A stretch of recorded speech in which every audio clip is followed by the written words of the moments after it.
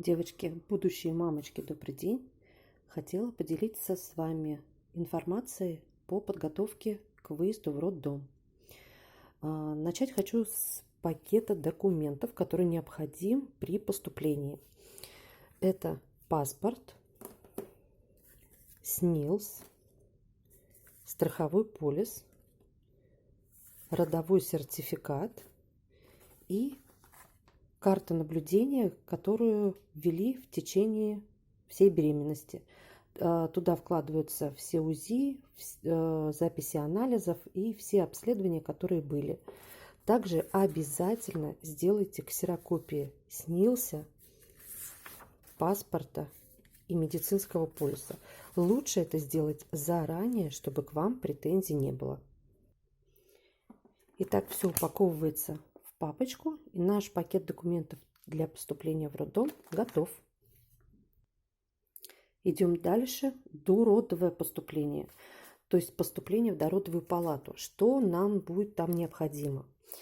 Обязательно это ночная рубашка, сорочка, халат, носки и пеленочка для осмотра в кабинете.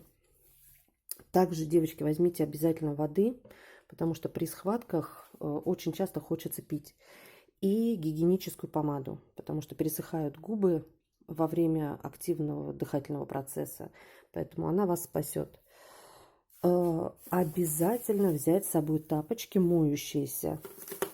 И очень важно все упаковать в полиэтиленовый пакет, потому что в роддомах очень требовательно относятся к упаковке. Тканные сумки, скорее всего, не пропустят и попросят вас переложить ваши вещи все в полиэтиленовый пакет.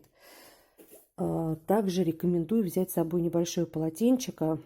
У меня вот, например, 4-е будут роды. По практике могу сказать, что когда схватки отпускают, хочется умыться, освежиться, и полотенчик вам пригодится. И также зарядка для телефона на случай разрядки, чтобы можно было подключиться к розеточке, которая всегда есть в палате, и можно зарядить телефон, чтобы он был всегда на связи. Это для девочек, которые едут по экстренным родам, то есть когда уже схватки наступили и вы едете.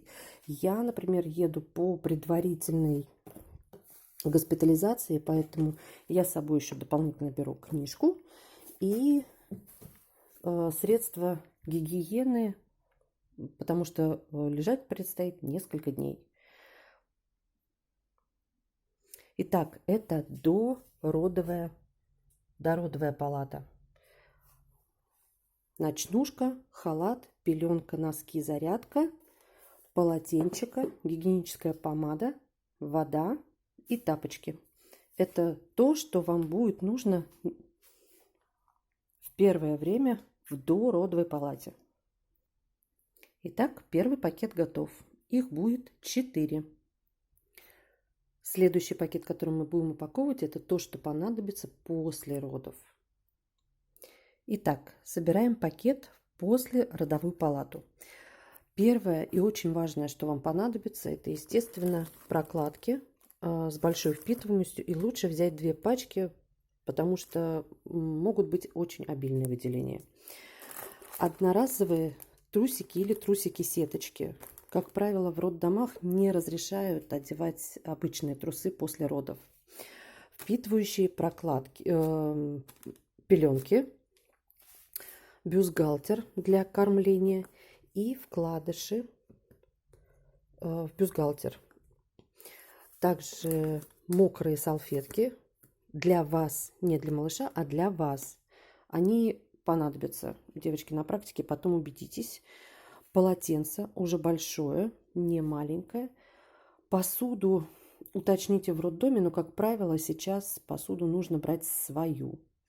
Туалетную бумагу. Гигиенические средства – это гель для интимного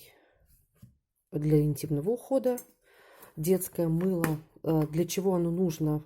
исходя из того, что мы берем гель, объясню. Перед каждым кормлением малыша вам необходимо будет промывать грудь. Поэтому лучше это делать детским мылом. Также расческа, зубная паста, зубная щетка. То, что необходимо. Лучше взять детский крем для сосков, потому что при начале кормления будут трескаться и болеть соски. Девочки, не пугайтесь, это нормально, но с этим нужно будет справиться. Я еще беру гель от растяжек для живота. Ну, у меня конкретно вот на животе есть растяжки. И обязательно возьмите блокнот с ручкой, потому что от врачей, педиатров, неонатологов будет много рекомендаций. Да, и девочки в палате, кто не первый раз рожает, тоже думаю, что дадут много дельных советов из своей практики, что вам пригодится. Так, и все это, опять же, нужно упаковать в полиэтиленовый пакет, как и первый. Итак, послеродовой пакет тоже готов. Это второй пакет. Следующий наш пакет, самый интересный, это нашему малышу, которого мы, в принципе, с вами и ожидаем.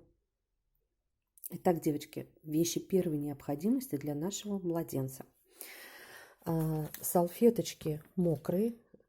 Лучше взять с алоэ, они помягче. Памперсы. Я беру много, вообще рекомендуют штук 10. Я беру на всякий случай сразу. Присыпочку.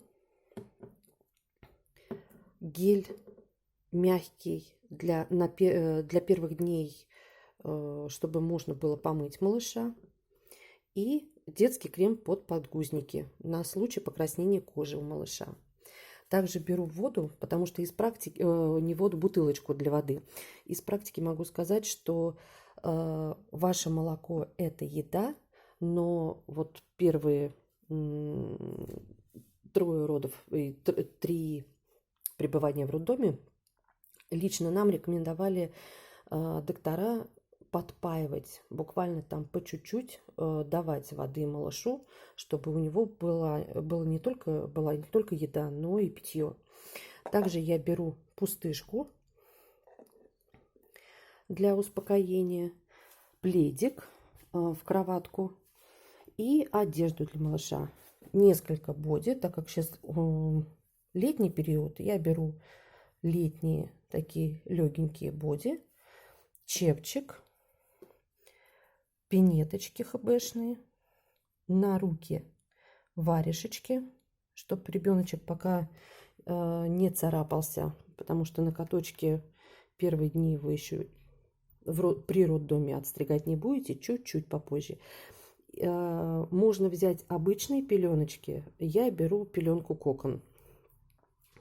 Вот, в принципе, этого будет достаточно для пребывания в роддоме.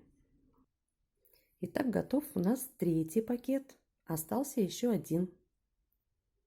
Ну и торжественный, девочки, пакет – это выписка. Что входит в пакет на выписку? Это костюмчик для малыша, чепчик. Я беру штанишки уже с ножками, поэтому пинеточки мне не нужны. И кофточка. Так как летний период, он у меня хбшный, тоненький. Ленточку для перевязывания конверта. Праздничная такая нарядная пеленочка. И сам конверт, куда положит малыша.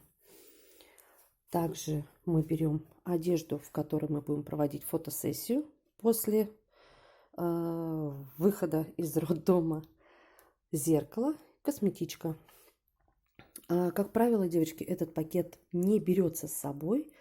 Вы его просто готовите и мужа предупреждаете, что этот пакет вам необходим будет при выписке.